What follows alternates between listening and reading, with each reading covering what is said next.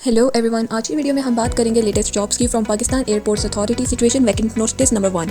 ये एक golden opportunity है उन सब कैंडिडेट्स के लिए जो गवर्नमेंट सेक्टर में जॉब लेना चाहते हैं। चलिए अब हर पोस्ट को डिटेल में समझते हैं। Post number 1, assistant grade 2 ATC air traffic control. इस पोस्ट के लिए आपको FSC pre engineering with minimum 60% marks चाहिए। ये जॉब बहुत रिस्पॉन्सिबल होती है जहाँ आप एयरक्राफ्ट की मूवमेंट को कंट्रोल करते हैं। सैलरी अप्रॉक्सीमेटली 23,000 से 69,000 तक है। Age limit maximum 23 years. Post number 2, assistant grade 2 communication operations. इसमें आपका काम कम्युनिकेशन सिस्टम्स हैंडल करना होता है। क्वालिफिकेशन FSC प्री इंजीनियरिंग या ICS विद 60% मार्क्स। अगर आप टेक्निकल चीज़ों में इंटरेस्ट है तो ये बेस्ट ऑप्शन है। Post number 3, assistant grade 2 marshaller. Marshaller aircraft को ग्राउंड पर गाइड करते हैं। क्वालिफिकेशन FSC ICS या A लेवल्स विद 60%। ये जॉब आउटडोर होती है और सिग्नल्स के थ्रू एयरक्राफ्ट को डायरेक्ट करते हैं। Post number 4, assistant grade 2 airport service APS। इसमें आप पैसेंजर्स डीलिंग, एयरपोर्ट ऑपरेशन और कस्टमर सर्विस हैंडल करते हो। Qualification intermediate with 60% marks. English और उर्दू कम्युनिकेशन स्ट्रॉन्ग होनी चाहिए और बेसिक कंप्यूटर स्किल्स भी जरूरी है। Post number 5, assistant grade 2 accounts. अगर आप कॉमर्स बैकग्राउंड से हो तो ये परफेक्ट है। Qualification BCom with minimum 2nd division. Intermediate में भी 60%, 2 साल का अकाउंटिंग एक्सपीरियंस और MS Excel आना चाहिए। Post number 6, assistant grade 2 human resource HR में एम्प्लॉयज को मैनेज करना,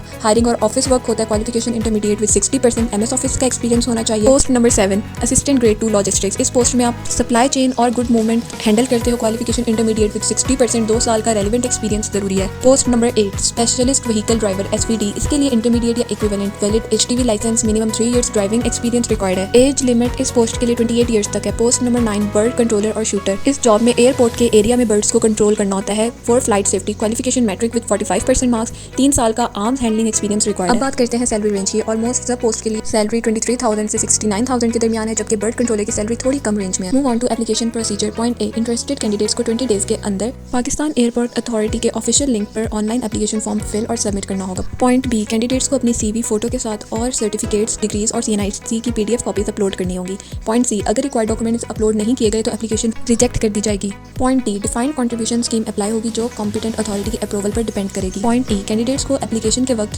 500 रुपीज़ की नॉन रिफंडेबल टेस्ट फी अलाइड बैंक के अकाउंट में डिपॉजिट करनी होगी। हर पोजीशन के लिए अलग फीस देनी होगी वरना एप्लीकेशन कंसिडर नहीं होगी। पॉइंट F, अथॉरिटी किसी भी पोजीशन को बिना वजह चेंज या कैंसिल कर सकती है। पॉइंट G, कुछ पोस्ट के लिए सिलेक्टेड कैंडिडेट्स को 5 लाख का पॉइंट साइन करना होगा जो 10 साल की सर्विस के लिए होगा। पॉइंट H, सिलेक्टेड कैंडिडेट्स को पाकिस्तान के किसी भी हिस्से में ड्यूटी दी जा सकती है। पॉइंट I, कैंडिडेट्स को अप्लाई करने से पहले टर्म ऑफ रेफरेंस जरूर पढ़ना चाहिए। अब हम टर्म्स ऑफ रेफरेंस को समझते हैं। पॉइंट नंबर 1, जो कैंडिडेट्स रिक्वायरमेंट्स पूरी नहीं करते या इनकम्प्लीट एप्लीकेशन सबमिट करते हैं उनको कंसिडर नहीं किया जाएगा। पॉइंट नंबर 2, टेस्ट और इंटरव्यू कराची, लाहौर, इस्लामाबाद, पेशावर और कोयटा में होंगे। अलग से नोटिस इशू किया जाएगा कैंडिडेट्स की तादाद के मुताबिक। पॉइंट नंबर 3, कैंडिडेट्स को इंटरव्यू के वक्त अपने ओरिजिनल डॉक्यूमेंट्स वेरिफिकेशन के लिए लाना जरूरी है। पॉइंट नंबर 4, टेस्ट या इंटरव्यू के लिए कोई TA या DA नहीं दिया जाएगा, यानी आपको अपना एक्सपेंस खुद मैनेज करना होगा। Point number 5, appointment medical fitness के स्टैंडर्ड्स पर डिपेंड करेगी। पॉइंट नंबर 6, गवर्नमेंट या किसी ऑर्गेनाइजेशन के एम्प्लॉयज को इंटरव्यू से पहले अपने एम्प्लॉय से NOC लेना होगा। पॉइंट नंबर 7, गलत इन्फॉर्मेशन देने या सिलेक्शन प्रोसेस को इन्फ्लुएंस करने की कोशिश करना डिस्क्वालिफिकेशन का सबब बनेगा, अब भी और फ्यूचर में भी। पॉइंट नंबर 8, अगर कोई डॉक्यूमेंट फेक या गलत पाया गया तो कैंडिडेट को फौरन टर्मिनेट कर दिया जाएगा और फ्यूचर के लिए ब्लैक लिस्ट भी किया जाएगा।